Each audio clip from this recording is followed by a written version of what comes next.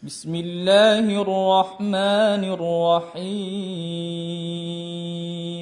Diceritakan bahwasanya beliau ini termasuk orang yang ketika dapat harta banyak itu beliau gelisah. Jadi beliau menganggap harta itu seperti kayak terkena musibah begitu ya. Jadi diriwayatkan dari Musa bin Thalhah, anak beliau, ketika ayahnya membawakan harta kepadanya dari Hadramaut sebesar 700.000 dinar. Jadi luar biasa memang perdagangan waktu itu, emas ini hitungan berapa ini. Malam harinya Sayyidina Thalhah ini berada dalam suasana gelisah, nggak bisa tidur nyenyak. Sampai istrinya, yakni Ummu Kulsum, ya, putrinya Sayyidina Abu Bakar As-Siddiq itu berkata, "Wahai Abu Muhammad, kenapa kamu? Adakah suatu hal yang dari kami yang membuatmu resah hingga kami perlu meminta keridhaanmu?" Ini contoh istri yang baik itu begitu.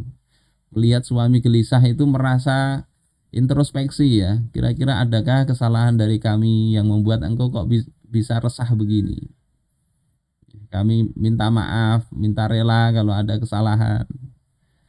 Ini putrinya Abu Bakar Siddiq. Apa jawab Thalhah? Tidak. Sesungguhnya istri terbaik bagi seseorang adalah kamu. Jadi ini suami yang baik juga ya. Melihat memang istrinya tidak salah ya, dibikin tenang lah bahwasanya itu bukan karena kesalahan si istri. Tetapi kata Sayyidina Thalhah, aku berpikir, lantas aku berkata, yakni dalam diri beliau sendiri, apa kira-kira persangkaan Tuhan ketika si Thalhah ini melampaui malamnya sementara harta itu masih berada di rumahnya. Yakni harta banyak tadi, 700.000 dinar. Masih tersimpan di rumah, gelisah beliau ini. Padahal itu harta beliau sendiri, bukan harta zakat. Kalau Rasulullah dalam hadis ya, ketika selesai sholat asar itu beliau langsung melangkahi pundak-pundak sahabat, masuk ke sebagian rumah istri-istri beliau ya. Kemudian beliau keluar lagi mengatakan, aku teringat dengan emas ya. Tibrun min zahab, yakni lantakan emas dari hasil zakat. Beliau nggak ingin ada harta zakat itu sampai bermalam di rumah beliau. Itu hak orang lain. Tapi ini Thalhah, uang sendiri, gelisah beliau ini. Yang digelisahkan bukan ini kalau dicuri maling bagaimana. Yang digelisahkan bukan ini kalau sampai hilang seperti apa. Apalagi ini kalau dipinjam orang bagaimana. Tidak begitu. Tapi yang beliau gelisahkan ini, gimana pandangan Allah Ta'ala. Aku diberi harta sebanyak ini dan malam ini masih ada di rumahku.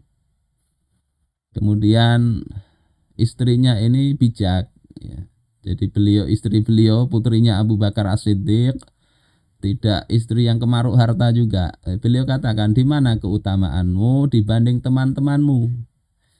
Maksudnya ya tadi, jangan kalah dengan teman-teman engkau yang lain. Besok pagi engkau bisa ambilkan ya semangkuk besar dari nampan, lalu kamu membagikannya di rumah-rumah kaum muhajirin dan ansor sesuai kedudukan mereka. Ini istri yang baik begitu. Suruh sodakoh. Dikasih harta kok bingung, sedih.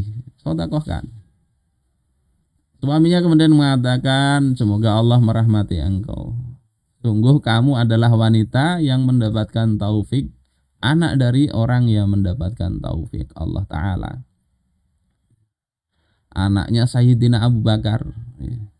Tidak mengherankan kalau ya, sikapnya begini. Nggak jauh dari bapaknya begitu.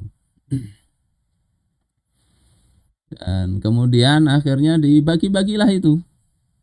Dibagi-bagi harta 700.000 dinar itu. Dan ini tidak terjadi sekali ya di kisah selanjutnya dari ini, di istri yang lain juga begitu. Jadi beliau itu dapat harta itu seperti dapat musibah yang harus segera disodakohkan itu. Karena beliau khawatir akan fitnah harta itu.